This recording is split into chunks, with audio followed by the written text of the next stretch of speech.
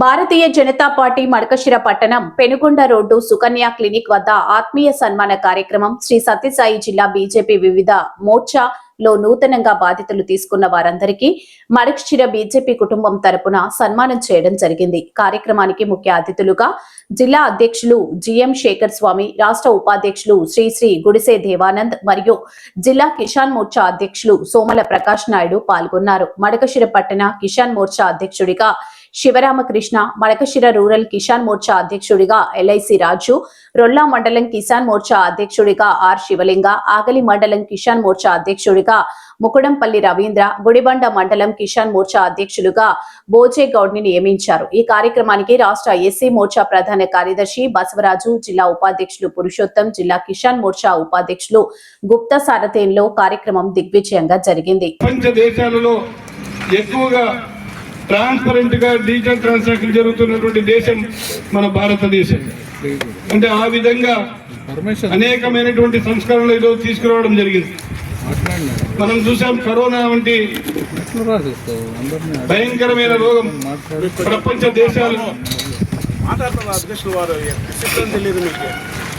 దేశాలు భయపడి లక్షల మంది చనిపోతూ ఉంటే సరి అయిన సమయంలో లాక్డౌన్ విధించి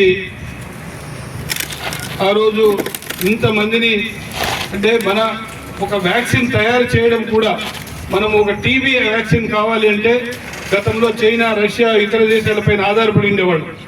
అటువంటిది కరోనాకు సంబంధించినటువంటి వ్యాక్సిన్ మనమే తయారు చేసి దాదాపుగా 150 దేశాలకు మనం సప్లై చేసే స్థాయికి రావడం ఈరోజు నరేంద్ర మోడీ గారి నాయకత్వంలో మన దేశం ఏ విధంగా ముందుకు పోతుందనే దానికి ఇది ఒక పెద్ద నిదర్శనం. దేశంలోనే సంపన్న దేశాలలో మొదటి స్థానంలో ఉన్నటువంటి భారతదేశం తరువాతి స్థానాల్లో పూర్తిగా 18, 19, 20 స్థానాలకు ఆర్థికంగా వెనుకబడిపోయే పరిస్థితి. దాదాపుగా 6 నుంచి 7 దశాబ్దాల పాటు కాంగ్రెస్ పరిపాలనలో దేశం పూర్తిగా వెనుకబాటుతనాన్ని రావడం, మరి తరువాత 2000 సంవత్సరంలో అటల్ బిహారీ వాజ్పేయి గారి నేతృత్వంలో ఎన్డీఏ కూటమిగా ఏర్పడినటువంటి తర్వాత వాళ్ళ జట్లోనే 2 ప్రధాన కార్యదర్శులు కూడా ఉండి ఈ యొక్క భారతీయ జనసంఘ్ పార్టీ అభివృద్ధి కార్యక్రమాల్లో పాల్గొంటున్నారు కదా. ఎట్లా ఉన్నారో అప్పటికే భారతీయ జనసంఘ్ 2 రాష్ట్రాల్లో అధికారంలో కూడా ఉండింది. ప్రధాన ప్రతిపక్ష హోదాలో కూడా పార్టీ బాగా పనిచేస్తాడు. ఎట్లా ఉంటుందో వీళ్ళ ఆఫీస్ అని వెళ్ళి చూసారట. జర్నలిస్ట్కి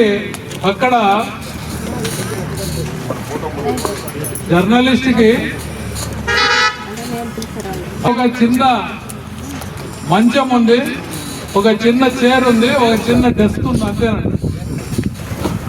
మామూలుగా ఈయన ఎక్కడైనా పర్యటన పోతే వీళ్ళ అల్మారాలు అన్ని తీసి చూశారు, అక్కడ ఏమీ లేవు. ఫైల్స్, తర్వాత ఆఫీస్ మెటీరియల్ తప్ప ఈయనకు సంబంధించి ఏమి ఉండదు. ఏమండి ఈయనకి బట్టలు ఏమీ లేవా అంటే, లేదు, ఆయనకి 3 జతలు ఉంటాయి బట్టలు. ఒక జత వేసుకొని ఉంటారు, ఒక జత ఉతికి ఆరేసి ఉంటారు, ఇంకో జత బ్యాగ్లో ఉంటుంది, రేపటి కోసము దాన్ని ఎత్తుకొని ఉంటారు. సో అలాంటి ఒక సాధారణమైన జీవితం గడుపుతూ సంఘ ప్రచారంగా ఉండి భారతీయ జనసంఘ్ని తీసుకురావడం జరిగింది.